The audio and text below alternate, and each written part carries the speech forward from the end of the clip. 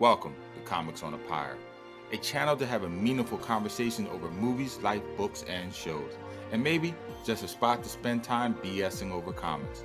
If you like your entertainment with a bit of substance, then you, my vagabond friend, have come to the right tavern.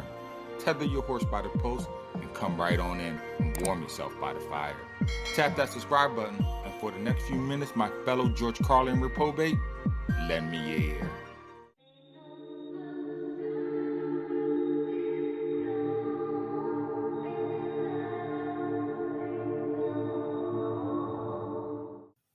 Storm, Volume 2 is a 6-issue miniseries that was published from April of 2006 until September of that very same year.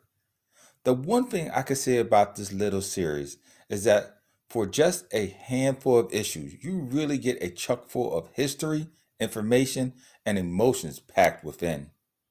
With such a well-rounded story, I had to look at who the writer was. At first glance, the name rang a bell. Eric Jerome Dickey.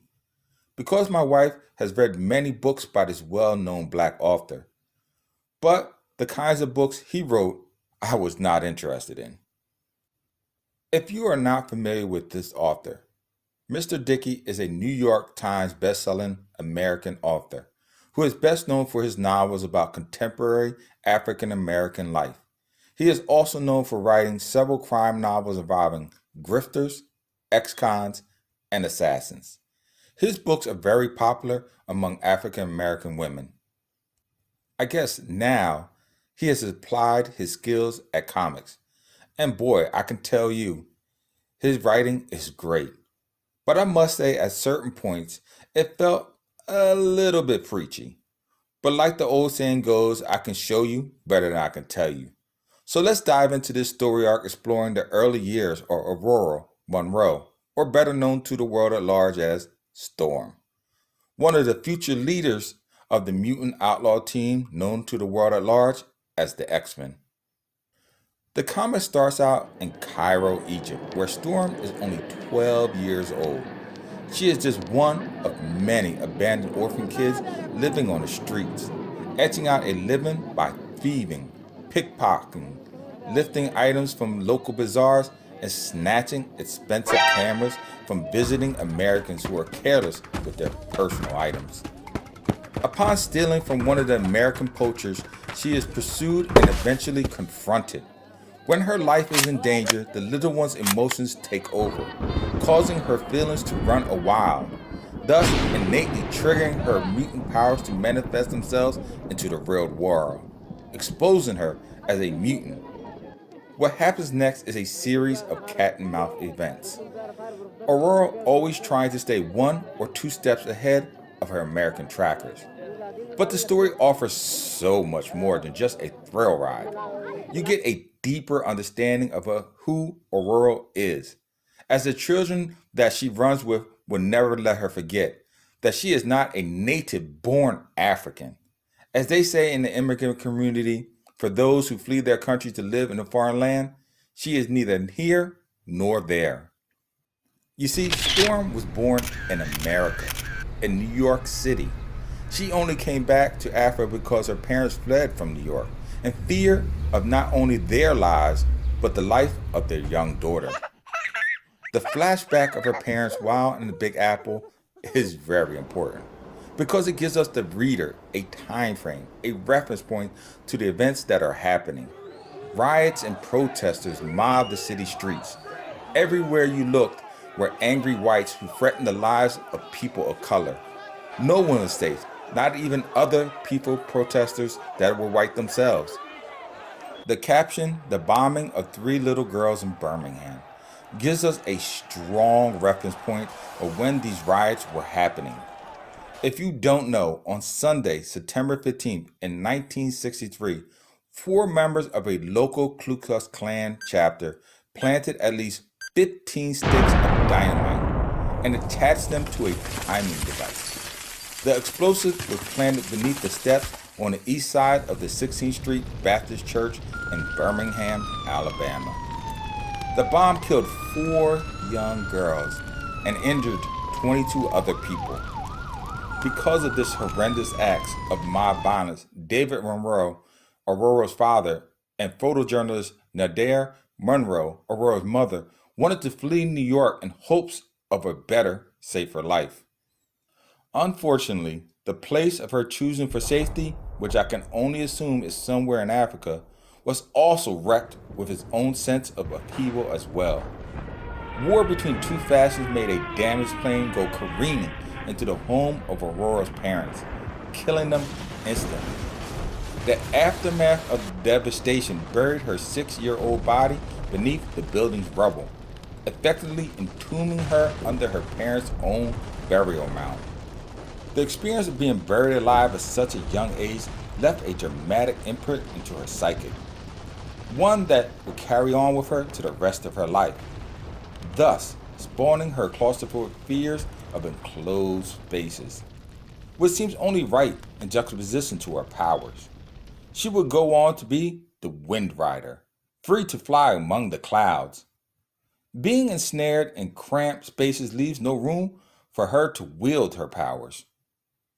After her parents' death, Aurora lives on the streets as a street urchin, just trying to survive, which leads us to the beginning of this story arc.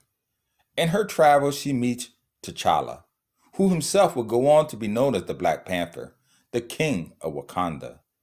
He too is a young man on a walkabout, a journey every young man takes to experience the world and find his roots. When he meets Storm, they eventually fall in love and become lovers. But their affair is anything but smooth. Each come from a separate part of Africa, and their individual tales are two experiences from two different worlds. Hers is of a poor, poverty-ridden thief, and his is of a rich prince of a wealthy nation. But the story gets even more involved than that. As the poachers she stole the camera from in the beginning of the story find out about Aurora's weather controlling abilities, they want to capture her in hopes of controlling her elemental powers for their own nefarious purposes. If all of this were not enough to reel the reader in, through the poacher's dialogue, we learn that his people have been in Africa for generations. His father, in fact, has encountered an earlier Wind Rider in his time, though the exact name of that meeting is never given. It is easy to hate the poacher, as he is easily the main antagonist in the story. But the plot casts an even larger shadow than just this guy, as the themes of racism are explored in the comic, which is nothing new, but I found it more interesting to the depth that it took. For example, when the poacher tries to find out information into Aurora's whereabouts, they talk about finding her enemies within the country, stating to look back into its history for knowledge. Black slaves in America were not just captured by whites and brought across the ocean, they were sold by other Africans into slavery. The conquering tribes sought to get rid of their enemies, and selling them to white slave owners seemed like a good way to go. Also, the Willie Lynch letter is brought up in discussion between two poachers. If you don't know, this infamous document is reported to be an address purportedly delivered by a certain William Lynch, or Willie Lynch, to an audience on the bank of the James River in Virginia of 1712. Regarding control of slaves within the colony, the letter purports to be a verbatim account of a short speech given by a slave owner in which he tells other slave masters that he has discovered the secret to controlling black slaves by letting them fight amongst themselves. The document has been in print since at least the 1970s, but first gained widespread notice in the 1990s. Also, questionable actions of Wakanda's greed points to the fault of Africa's decline as well, as Wakanda is a nation rich in vibranium and oil, both highly cherished resources. Because of a refusal to share with other African nations, they had left them to starve, die from disease, and become conquered by outside countries. See what I mean by a multiple themed story? One in which the blame of injustice can be spread out amongst almost everyone. Jerome Dickey clearly put a lot of thought into this story. He just didn't see it as a cash grab series that he could benefit financially just because of his name.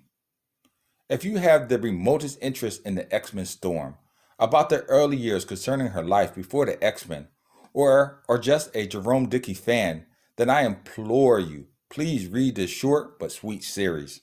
If you like this overview/review, then check out my comic book YouTube channel, Comics on the Power, for other videos like this one. While there, tap on the bell icon to be notified when the next video drops. But in the interim, as always, till we meet again, keep reading, my friends.